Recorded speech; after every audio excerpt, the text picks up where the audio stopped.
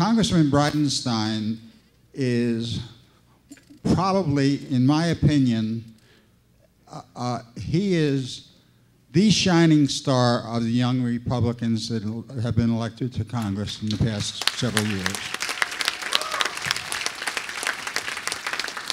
For any of you who do not get his press releases, they are fantastic. This is a man that is not afraid to stand up for what is right, and he is such a tremendous example to the rest of the Congress. Congressman Bridenstine was one of the 25 people who voted for someone else other than John Boehner.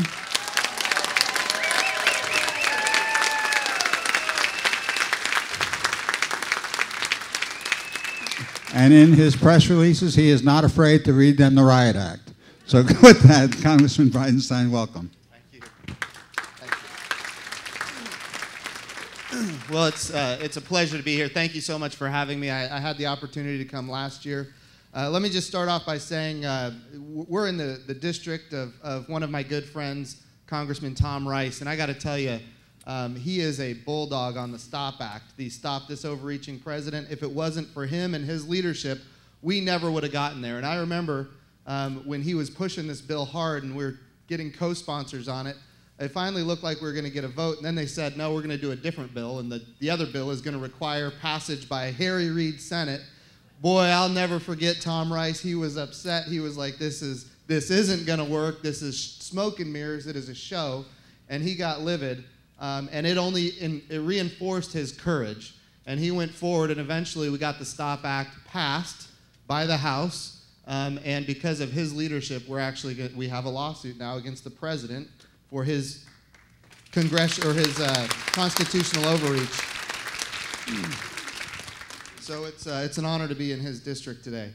What I would say is, yes, it's true. I am a Navy pilot. I flew the E-2 Hawkeye off an aircraft carrier, the USS Abraham Lincoln, in Afghanistan in 2002, and then in Iraq in 2003. Operation Enduring Freedom in Afghanistan, Operation Shock and Awe in Iraq, and then Operation Iraqi Freedom.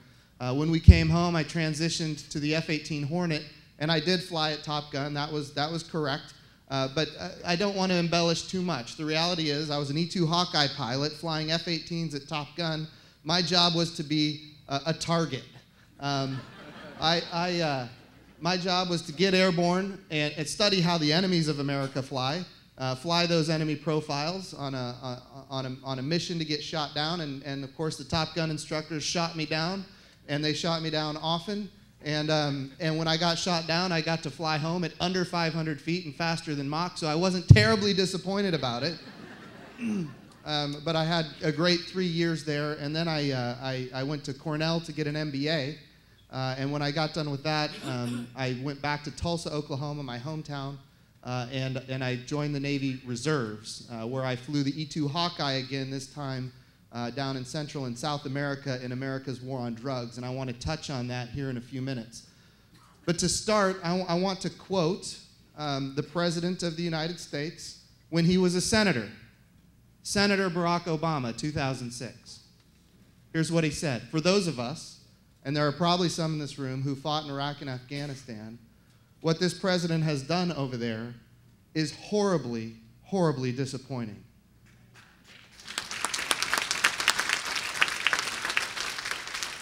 There are too many people in this country that have sacrificed too much to just give it away the way we have given it away. And I want to say this. 2006, Senator Obama said this: a precipitous withdrawal from Iraq will lead to chaos, terrorism, ethnic cleansing, and genocide. He said it will engulf broad swaths of the Middle East and endanger the United States of America. Senator Obama in 2006. Well, then he decided to run for president, and that message wasn't going to work. So all of a sudden, it was an unjust war, and we took our eye off the ball in Afghanistan. And he committed in his campaign that he would be the president that would end this unjust war. And of course, he became president. And he picked his own team, Ambassador Crocker, General Petraeus. These people understood what was happening in Iraq, and they said, look, if we want to withdraw, we need to keep a residual force. They said we need 20 to 25,000 troops. in order to sustain the gains of the surge. And for those of us who fought over there, the surge worked. We saw it with our own eyes. To sustain the gains of the surge, we need 20 to 25,000 troops. The president said, no, that's not what I promised. You got to come back with another plan. They came back with another plan. They said, look, it'll take a little bit more risk. And when I say risk, what that means is that Americans are going to die. It's going to take a little more risk, but we can sustain the gains of the surge if we just keep 10,000 troops, just 10,000. The president said, no, I promised something else. It was the president of the United States in a conversation with Maliki who said that any status of forces agreement we come to as America with Iraq, any status of forces agreement has to be ratified by the Iraqi parliament. I want to be really clear what a status of forces agreement is. It's how we, who serve in a foreign country, fall under American law, not under foreign law. That's what a status of forces agreement is. And if you want to have a warfighting service, you've got to make sure that your warfighters fall under American law. You can't subject them to Iraqi law. And historically, all a status of forces agreement is an exchange of diplomatic letters. It's our State Department and their diplomats exchanging letters saying that we're going to fall under American law, not under foreign law. That's historically all it ever was in Iraq. And under this president, he said that any status of forces agreement we come to has to be ratified by the Iraqi parliament, knowing full well that the Iraqi parliament can't agree on what day of the week it is, let alone how many troops we're going to have in Iraq. At the end, because the president made this a requirement, we didn't get a status of forces agreement. It was not anybody else's fault other than his. And we had this precipitous withdrawal. And as the president predicted, it resulted in chaos, terrorism, ethnic cleansing, and genocide. It engulfs broad swaths of the Middle East, and it endangers the United States of America. That's where we are.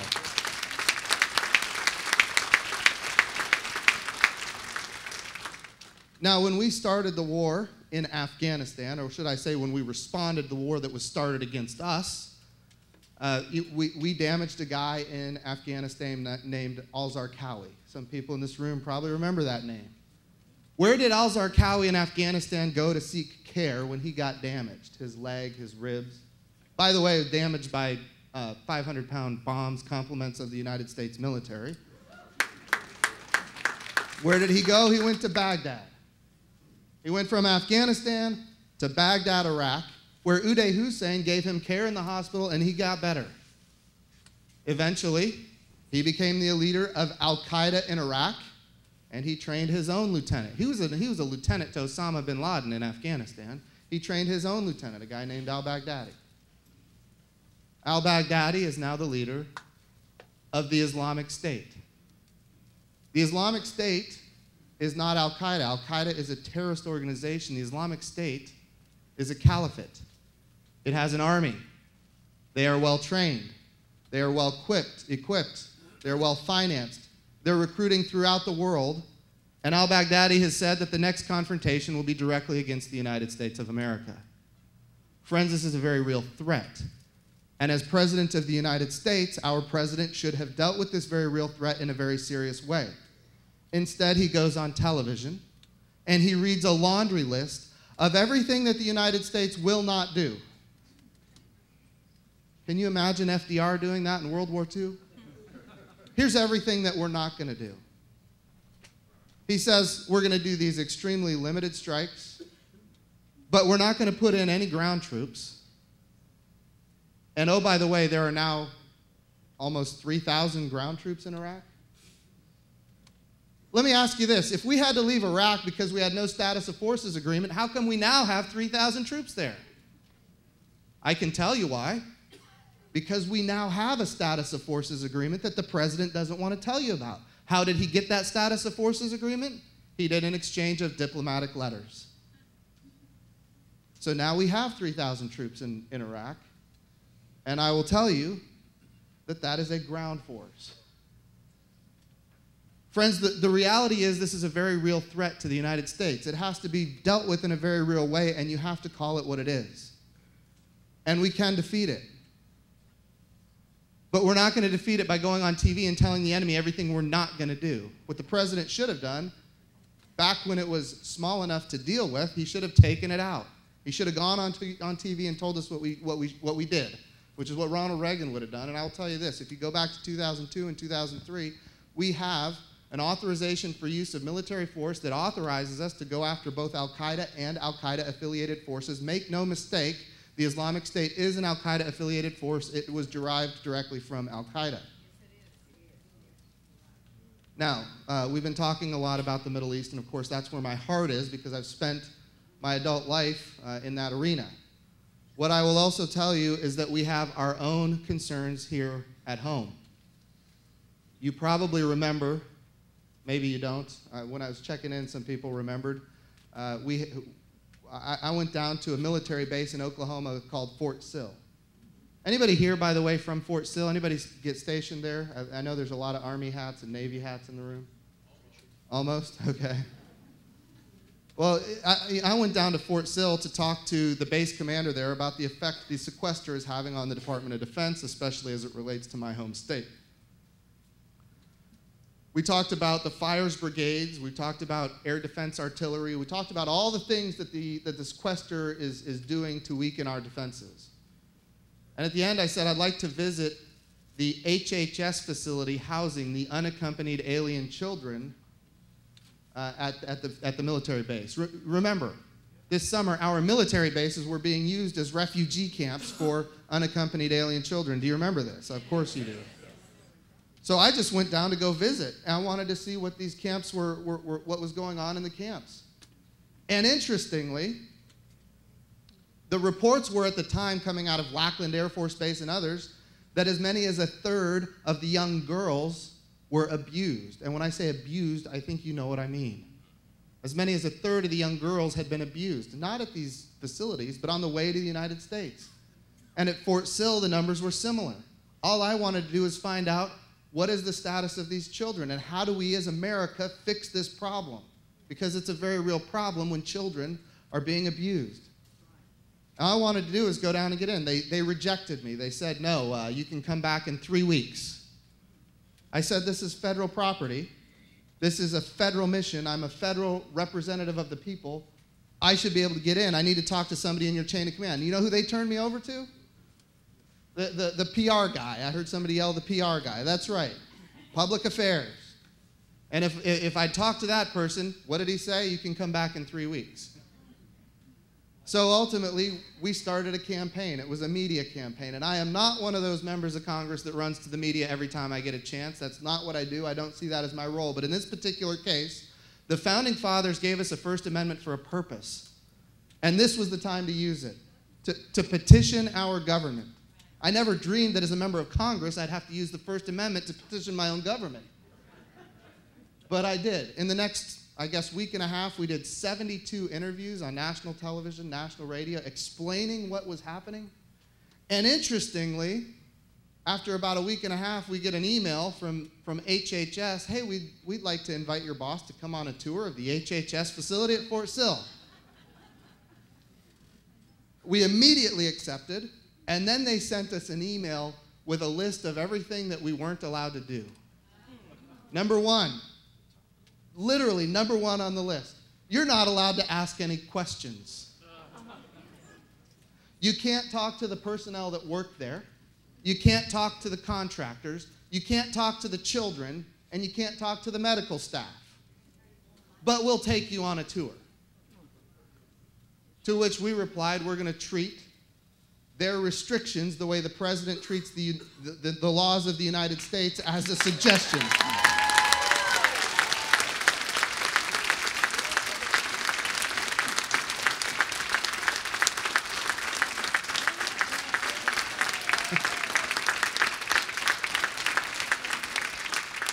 Now we got into that facility, and guess what the first question I asked was? How many children, and by the way, I did ask questions, and they were actually responsive. Marsha Blackburn from Tennessee went with me. In fact, all the people that were there that rejected me the first time were not there, and there's a whole new set of people there. And they would actually talk to me, and I asked, how many children here have been abused? That was my number one overriding concern. How many children have been abused? Well, we don't have that number.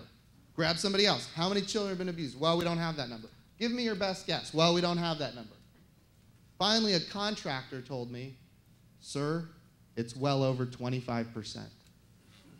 Another person in the facility said, sir, it is well over 25%, which corroborated the stories from Lackland Air Force Base. Friends, here's what was happening, and it's important that everybody in this room understand this. The reason these children were coming across the border is because their parents had already been smuggled into the United States illegally by coyotes. And once they get here, and I know this because we asked the children, and we talked to other people, and there are reports about it now. It's all very out in the open. But what was driving the children here? It was their parents, in many cases, or grandparents, aunts and uncles, family members that had already been smuggled into the United States by coyotes and by transnational criminal organizations. They got in here, and then they start making a little bit of money, and they hire a coyote to go bring in the rest of their family. So the coyote picks up their family. They start the long, painful trek up to the northern border of Mexico, the southern border of the United States. Who controls our southern border? According to the GAO, we have operational control over 44% of the southern border. That means 56% is not under operational control. If we don't control it, somebody else does. And in this particular case, I heard it right here in the front row. This is a great audience. It's the drug cartels. It's the transnational criminal organizations. If we don't control our southern border, they do. And at the end, what happens? The children get to northern Mexico. They've already paid the coyote, taking great risk upon themselves. They get to northern Mexico. And then how do they get across the border? They've got to pay the cartels. The cartels say, oh, you know what? We need another $10,000 and we'll let you across. Do the children have $10,000? They call their parents back in the United States. Do their parents have $10,000? But here's what we know. The drug cartels will get their money. So they force the children into prostitution or into slave labor. Some of the children disappear altogether and end up in mass graves. Estimates are there are 70,000 to 100,000 dead bodies in northern Mexico as a direct result of our open border on the south side of the United States. And I'm telling you, as somebody who used to fight the drug war down in Central and South America, these numbers are not incorrect. This is very real. You go to northern Mexico, there is a war in northern Mexico. And it's not just the drug cartels, it's organized crime. It's transnational criminal organizations. And they have more money now than they've ever had before because of our own policies of an open border where they can smuggle humans and drugs and young girls in the slave trade. There's a difference between human smuggling and human trafficking. And the transnational criminal organizations are involved in human trafficking as well. Now here's the situation. Because these drug cartels are making more money than they've ever made before, they now control governments in northern Mexico. If you're a judge, if you're a police officer, if you're a politician, in many cases you are either on their payroll or you are dead. Which is why we have this war raging in northern Mexico. Now here's the humanitarian thing to do. Because this is about the children after all. The humanitarian thing to do is to protect the children. And the policies of the United States that are currently in effect are not protecting children. In fact, they're doing just the opposite. They are endangering the children. And you hear the president saying, well, you know, the crime rate, the murder rate is 45 per 100,000 or whatever it is down in El Salvador, Honduras. Look, this is horrible. But what is the death rate of the children trying to come to the United States? What is the rate of abuse of the children trying to come to the United States? Friends, the humanitarian thing to do for the children is to secure the border and let people know that if you come, you're not going to get to stay.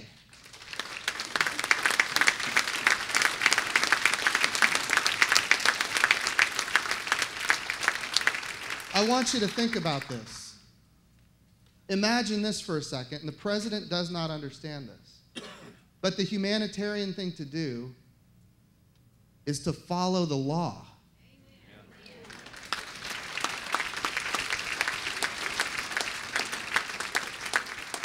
The law requires 100% operational control of the southern border.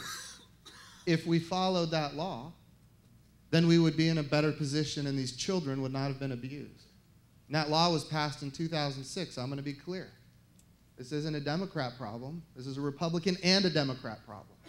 Both parties are at fault here.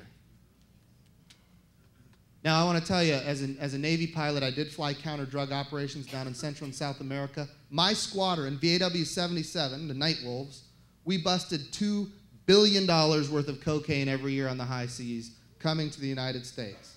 We were one of many units that were doing a similar thing. That is how you prevent the drug cartels and the transnational criminal organizations from getting the money in order to corrupt governments, which is what they have done. Well, my squadron, VAW 77, was cut, eliminated. That means $2 billion worth of cocaine is now coming into our country, and $2 billion worth of cash is funding transnational criminal organizations that are destabilizing our own hemisphere. That is happening right now today.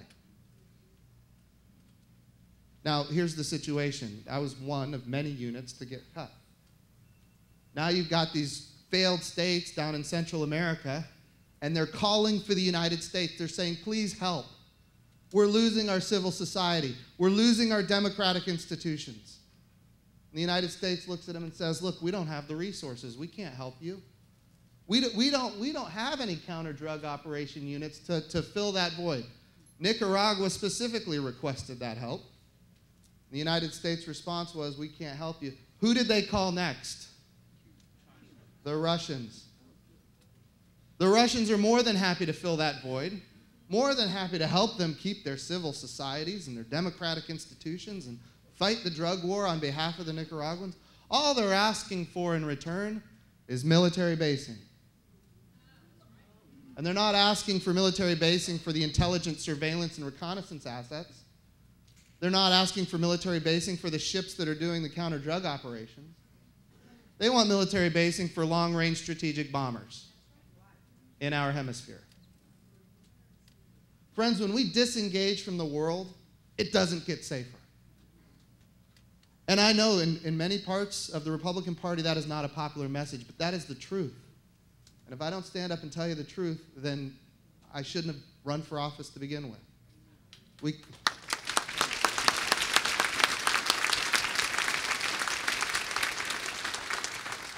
And I see you standing up, so I'm going to jump off the stage real quick. But I want to say this.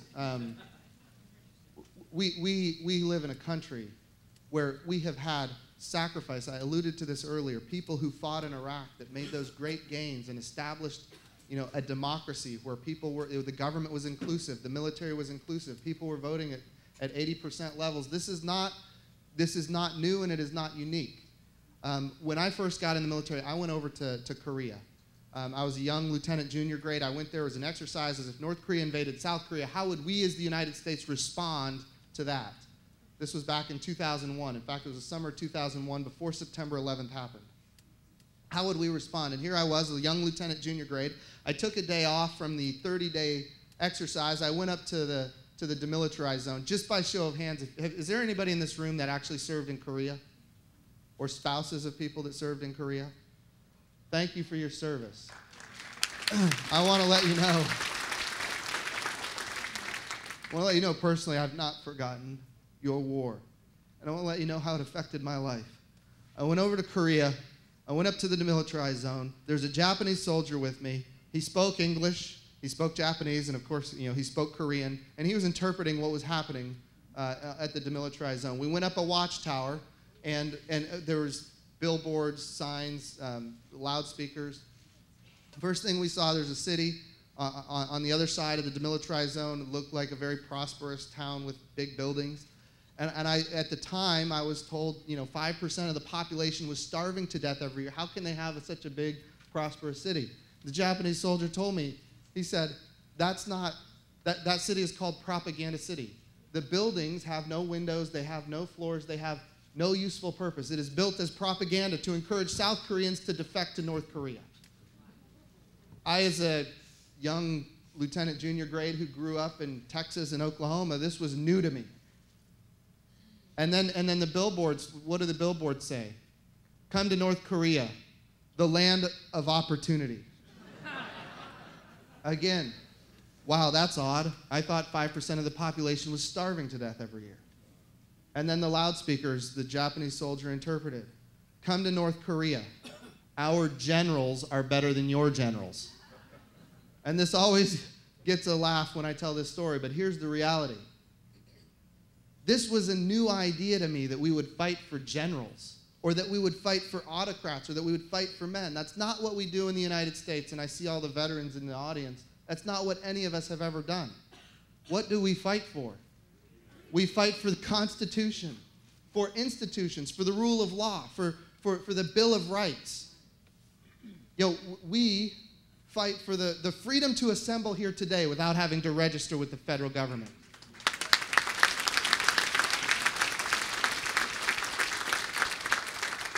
We fight for the freedom for me to use this microphone without having to register with the federal government, and for me to criticize the President of the United States without having to fear the federal government. Which, by the way, is one of the main reasons I'm an advocate for the fair tax and the elimination of the IRS.